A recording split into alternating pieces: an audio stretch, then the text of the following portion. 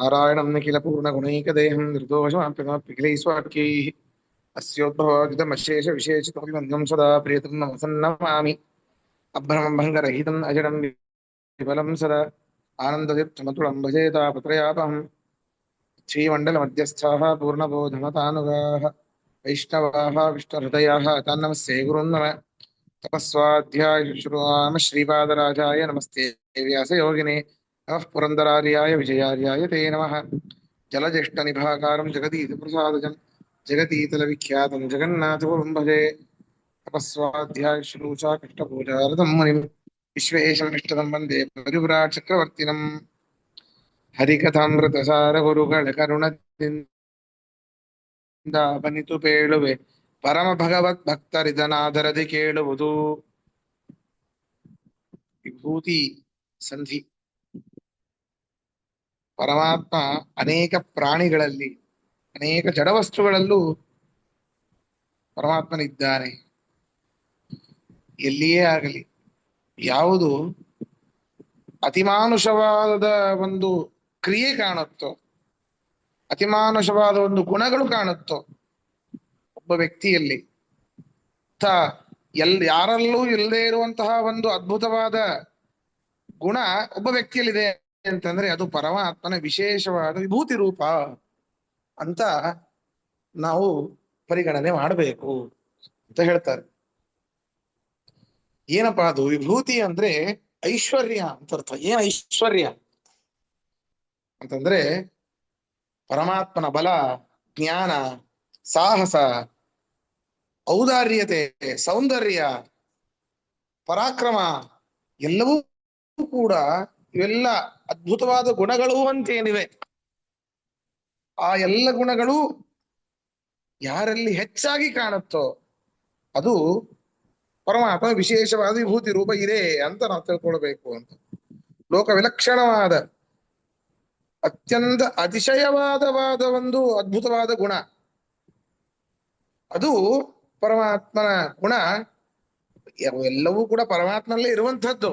ಆದರೆ ಜೀವಿಗಳಲ್ಲಿ ಯಾರಲ್ಲಿ ಕಾಣುತ್ತೋ ಅದು ಪರಮಾತ್ಮನ ವಿಶೇಷವಾದ ಸನ್ನಿಧಾನ ಅವರಲ್ಲಿದೆ ಅನ್ನೋ ನಾವು ತಿಳಿಬೇಕು ಅಷ್ಟೇ. ಹೀಗೆ ಹೇಳ್ತಾ ಇದ್ದಾರೆ.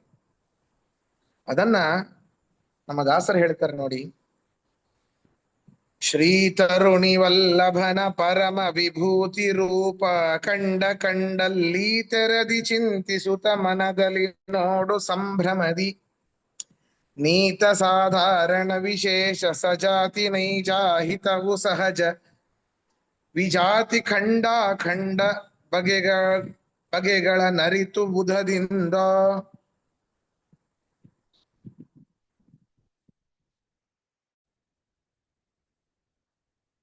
ಈ ವಿಭೂತಿ ರೂಪಗಳಲ್ಲಿ 10 ಪ್ರಭೇದಗಳಿವೆ. ಏನು ಅದನ್ನ ಹೇಳ್ತಾರೆ ಇವರೇ. ಶ್ರೀ ತರುಣಿ ವಲ್ಲಭ, ನಿತ್ಯ ತರುಣಿಯಾದ ಜರೆ ಎಂಬ ಆ ಒಂದು ಇದು ಮುಪ್ಪು ಲಕ್ಷ್ಮೀದೇವಿ ಇಲ್ಲವೇ ಇಲ್ಲ. ನಿತ್ಯ ತರುಣಿ ವಲ್ಲಭನಾದ ಪರಮಾತ್ಮ ಪರಮ ವಿಭೂತಿ ರೂಪ ಕಂಡ ಕಂಡಲ್ಲಿ ಅವನ ಈ ವಿಭೂತಿ ರೂಪಗಳು ಅತಿಶಯವಾದ ಶಕ್ತಿ ಭಗವದ್ ರೂಪಗಳು ಅಂತರ್ಥವೆಲ್ಲ. ಎಲ್ಲೆಲ್ಲಿ ಕಾಣ್ತದೋ ಅಲ್ಲಿ ಅಂತಂತಹ ಅಧಿಷ್ಠಾನಗಳಲ್ಲಿ ಅಂತಂತಹ ಅಧಿಕರಣದಲ್ಲಿ ಈ ತರದಿ ಚಿಂತಿಸುತ್ತ ಈ ರೀತಿಯಾಗಿ ನಾವು ಅವುಗಳನ್ನು ಚಿಂತನೆ ಮಾಡಬೇಕು. ಈ ನಾಮದಿಂದ ಅವುಗಳ ಲಕ್ಷಣದಿಂದ ಮನ ಅನುಸಂಧಾನ ಮಾಡಬೇಕು. ಅದರಲ್ಲಿ ಆ ಒಬ್ಬ ವ್ಯಕ್ತಿಯಲ್ಲಿ ಅದ್ಭುತವಾದ ವಾಕ್ಪಟುತ್ವ ಇದೆ, ಅದ್ಭುತವಾದ ಮೇಧಾವಿ ಜ್ಞಾನ ಇದೆ, ಅದ್ಭುತವಾದ ಬಲ ಇದೆ ಅಂತಂದ್ರೆ ಆ ಅವನಲ್ಲಿ ಇರುವಂತಹ ಪರಮಾತ್ಮನ ವಿಭೂತಿ ರೂಪದಲ್ಲಿ ಇರುವಂತಹ ಆ ಒಂದು ಬಲವನ್ನ ನಮ್ಮ ಬಿಂಬರೂಪಿಯಾದ ಪರಮಾತ್ಮನಲ್ಲಿ ಐಕ್ಯ ಅನುಸಂಧಾನ ಮಾಡಬೇಕು. ಅದು ನಿಜವಾದ ಚಿಂತನೆ. ಐಕ್ಯಾನುಸಂಧಾನ ಮಾಡಬೇಕು. ನಮ್ಮ ಬಿಂಬದಲ್ಲೂ ಅಷ್ಟೇ ಆದ ಒಂದು ಶಕ್ತಿ ಇದೆ ಅಂತ ಅನುಸಂಧಾನ ಮಾಡಬೇಕು. ಇದು ನಿಜವಾದ ಅನುಸಂಧಾನ. ಈ ರೀತಿ ಹೇಳ್ತಾ ಇದ್ದಾರೆ. ಈ ತೆರದಿ ಚಿಂತಿಸುತ್ತ ಏನ್ ಮಾಡಬೇಕು? ಬರೀ ಚಿಂತಿಸಿ ಅಷ್ಟೇ ಅಲ್ಲ, ಮನದಲ್ಲಿ ಸಂಭ್ರಮದಿ ನೋಡು. ಮನದಲ್ಲಿ ನೋಡು ಸಂಭ್ರಮದಿ, ಖುಷಿ ಪಡ್ಬೇಕ್ರಿ. ನಮ್ಮಲ್ಲಿ ಇಲ್ಲದೆ ಇರೋದು ಮತ್ತೊಬ್ಬರ ಹತ್ರ ಕಂಡ್ರೆ ನಾವು ಹೊಟ್ಟೆ ಕಿಚ್ಚು, ಅಯ್ಯೋ ಹಾಗಿದೆ ಹೀಗಿದೆ ಅಂತ. ಹಾಗಲ್ಲ, ಖುಷಿ ಪಡು, ಅಭಿನಂದಿಸು ಅವರನ್ನ, ಶಭಾಷ್ ಅಂತ ಹೇಳು ಅನ್ನೋದನ್ನ ಹೇಳ್ತಾ ಇದ್ದಾರೆ. ಸಂಭ್ರಮದಿ ಚಿಂತಿಸುತ್ತ ನೋಡುತ್ತ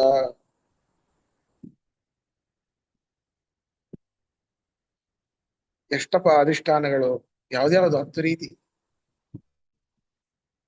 ನೀತ, ನೀತ ಅಂದ್ರೆ ನೋಡ್ರಿ, ಒಬ್ಬ ವ್ಯಕ್ತಿಯಲ್ಲಿ ಜ್ಞಾನ ಇದೆ ಅಂತಂದ್ರೆ ಕೊನೆಯ ತನಕ ಅಷ್ಟೇ ಜ್ಞಾನ ಇರ್ತದೆ ಅಂತ ಏನ್ ನಿಯಮ ಇಲ್ಲ. ವಯಸ್ಸಾದ್ಮೇಲೆ ತಾರುಣ್ಯದಲ್ಲಿ ಇರುವಂತಹ ಆ ಒಂದು ಬಲ ಆಗ್ಲಿ, ಸೌಂದರ್ಯ ಆಗ್ಲಿ, ಜ್ಞಾನ ಆಗ್ಲಿ ನಶಿಸಿ ಹೋಗ್ತದೆ, ಮರುವು ಬರ್ತದೆ. ನೀತ ಅಂತಂದ್ರೆ ಎಂದೂ ಕೆಡದೇ ಇರುವಂತಹ ವಿಭೂತಿ ರೂಪ. ಯಾವುದೇ ಆಗ್ಲಿ, ಸೌಂದರ್ಯ, ಬಲ, ಜ್ಞಾನ, ಸಾಹಸ, ಪರಾಕ್ರಮ, ಔದಾರ್ಯ, ಅದು ಯಾವಾಗಲೂ ಕೂಡ ಕೆಡದೇ ಇರುವಂತಹ ವಿಭೂತಿ ರೂಪ. ಅದು ಲಕ್ಷ್ಮೀ ದೇವಿಯಲ್ಲಿ ಮಾತ್ರ ಇದೆ. ಎಂದೂ ನಶಿಸಿ ಹೋಗದೇ ಇರುವಂತಹ ವಿಭೂತಿ ಅದು, ಅದಕ್ಕೆ ಲಕ್ಷ್ಮೀ ದೇವಿ ಅಧಿಷ್ಠಾನ. ನೀತ ಸಾಧಾರಣ,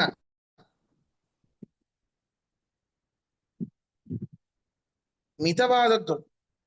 ನೋಡಿ, ಮಿತವಾದ ವಿಭೂತಿ ಅದು ಮಿತವೇ, ಆದ್ರೆ ಮನುಷ್ಯ ಲೋಕದಲ್ಲಿ ಅಥವಾ ಯಾರು ಜೀವಿಗಳು ಅಂತ ಇದ್ದಾರೆ ಅವರಲ್ಲಿ ಅದು ಅತಿಯಾದದ್ದೇ.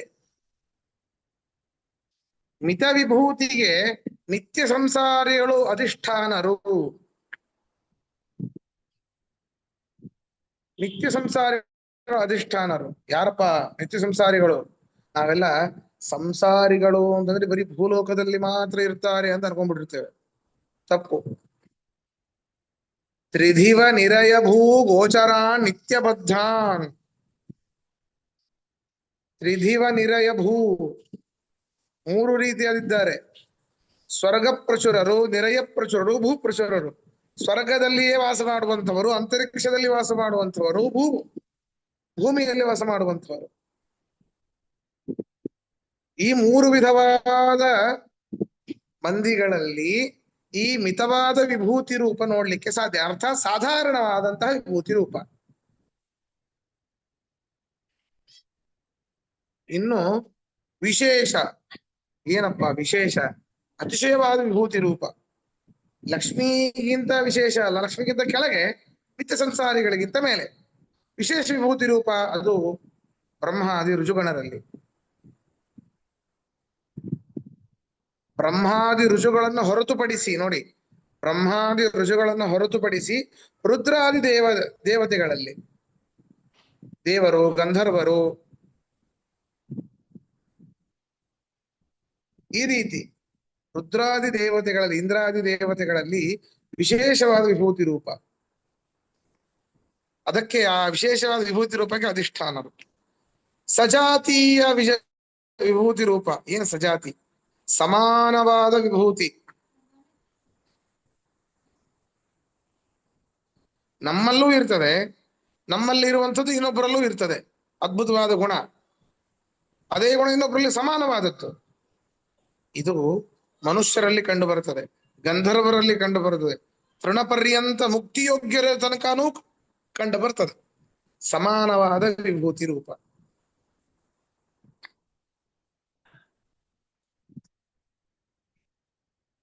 ನೈಜ,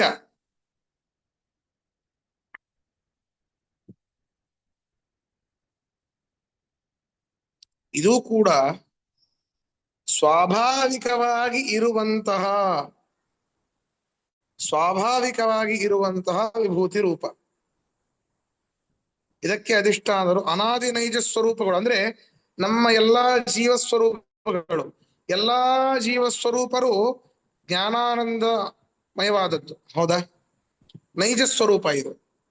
ಅಹಿತ, ಹಿತ ಅಂತಂದ್ರೆ, ಅಹಿತ ಅಂದ್ರೆ ಯಾವುದಕ್ಕೆ ಹಿತವೇ ಇಲ್ಲವೋ ಅವುಗಳಲ್ಲಿ ಇರುವಂತಹ ವಿಭೂತಿ ರೂಪ.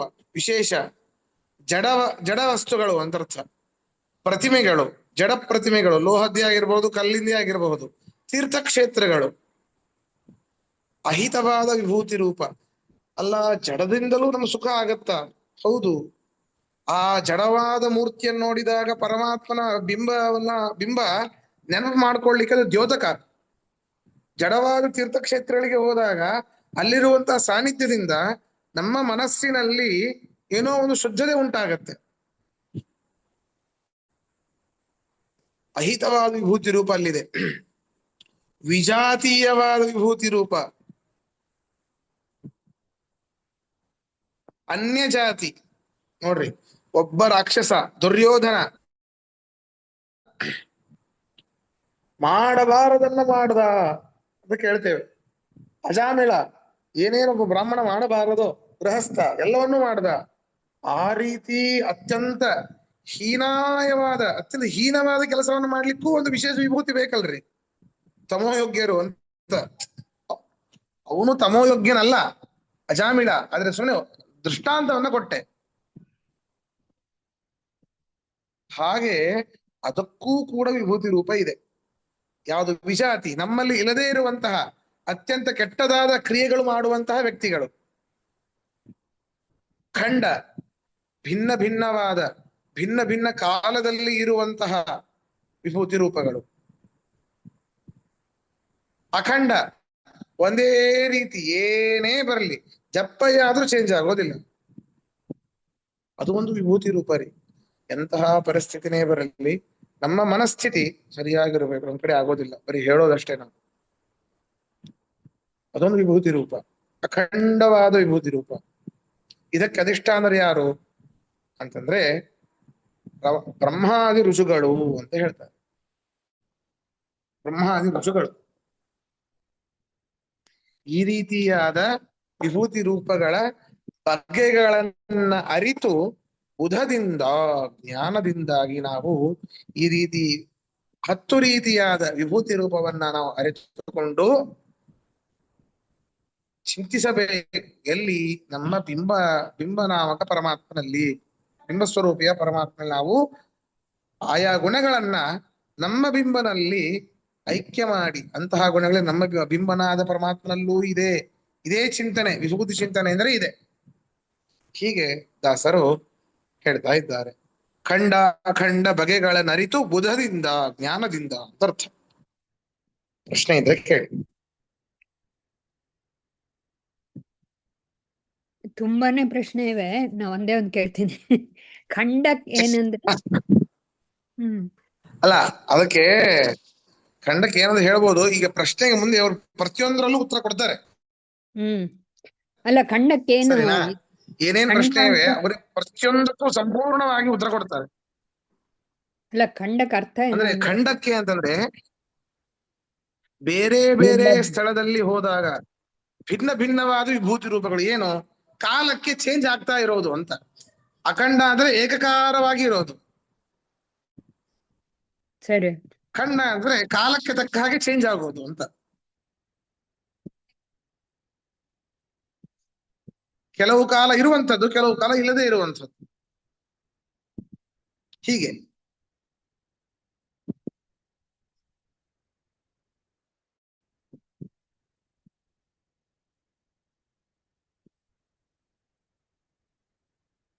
ಇದಕ್ಕೆ ಯಾರಪ್ಪ ಅಧಿಷ್ಠಾನ ಅಂದ್ರೆ ಅರ್ಜುನಾದಿಗಳಂತ. ಭೀಮನ ತಗೊಳ್ಳಿಲ್ಲ ಇಲ್ಲಿ. ಅರ್ಜುನ, ಯುಧಿಷ್ಠಿರ, ಉಳಿದವರೆಲ್ಲರೂ. ಕೃಷ್ಣನನ್ನ ಕೆಲವೊಮ್ಮೆ ಹೌದು ಸಾಕ್ಷಾತ್ ಪರಮಾತ್ಮನೇ ಇವನು ಅಂತ ಅವರಿಗೆ ಗೊತ್ತಿತ್ತು ಮುಂಚೆನೆ. ಆಗಿನ ಸಮಯದಲ್ಲಿ ಎಲ್ಲರಿಗೂ ಗೊತ್ತು ಸಾಕ್ಷಾತ್ ಕೃಷ್ಣ ಪರಮಾತ್ಮನೇ ಪರಮಾತ್ಮ, ನಾರಾಯಣ ಸ್ವರೂಪ ಅಂತ ಎಲ್ಲರಿಗೂ ಗೊತ್ತಿತ್ತು. ಆದ್ರೆ ಅವಾಗ ನೆನಪಾಗೋದು. ಇಲ್ಲ ಅಂತಂದ್ರೆ ಬಾರೋ ಹೋಗೋ ಅಂತ ಹೇಳಿ ಅತ್ತೆ ಮಗ ಸಲಿಗೆಯಿಂದ ಏಕವಚನದಲ್ಲಿ ಮಾತಾಡೋದು. ಹೀಗೆ ನೈಜ ಅಂದ್ರೆ ಜ್ಞಾನಗಳು ನೈಜ ಸ್ವಾಭಾವಿಕವಾದ ವಿಭೂತಿ ರೂಪ. ಈಗ ನಮ್ಮ ಜೀವಸ್ವರೂಪ ಏನಿದೆ ಸ್ವಾಭಾವಿಕವಾದ ಜ್ಞಾನಾನಂದಮಯ ಏನಿದೆ ಅದು ಜೀವನ ಸ್ವಭಾವ. ಅದು ಹಾಗಿರ್ಲಿಕ್ಕೆ ಪರಮಾತ್ಮನೇ ಕಾರಣ. ಪರಮಾತ್ಮ ವಿಭೂತಿ ರೂಪ, ನೈಜ ರೂಪ ಅಂತ.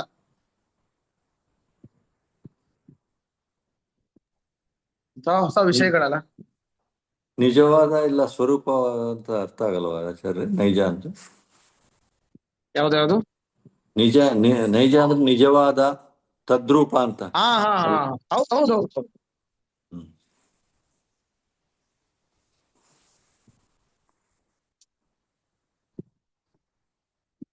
ಸರಿ, ಹಾಗಾದ್ರೆ ಸೋಮವಾರ ಸಿಗೋಣ. ಸ್ವಲ್ಪ ಹೊರಗಡೆ ಹೋಗ್ಲಿಕ್ಕಿದೆ, ಇಲ್ಲಿಗೆ ಮುಗಿಸೋಣ. ಶ್ರೀಕೃಷ್ಣ ಅರ್ಪಣಮಸ್ತು. ಕೃಷ್ಣಾರ್ಪಣಮಸ್ತು.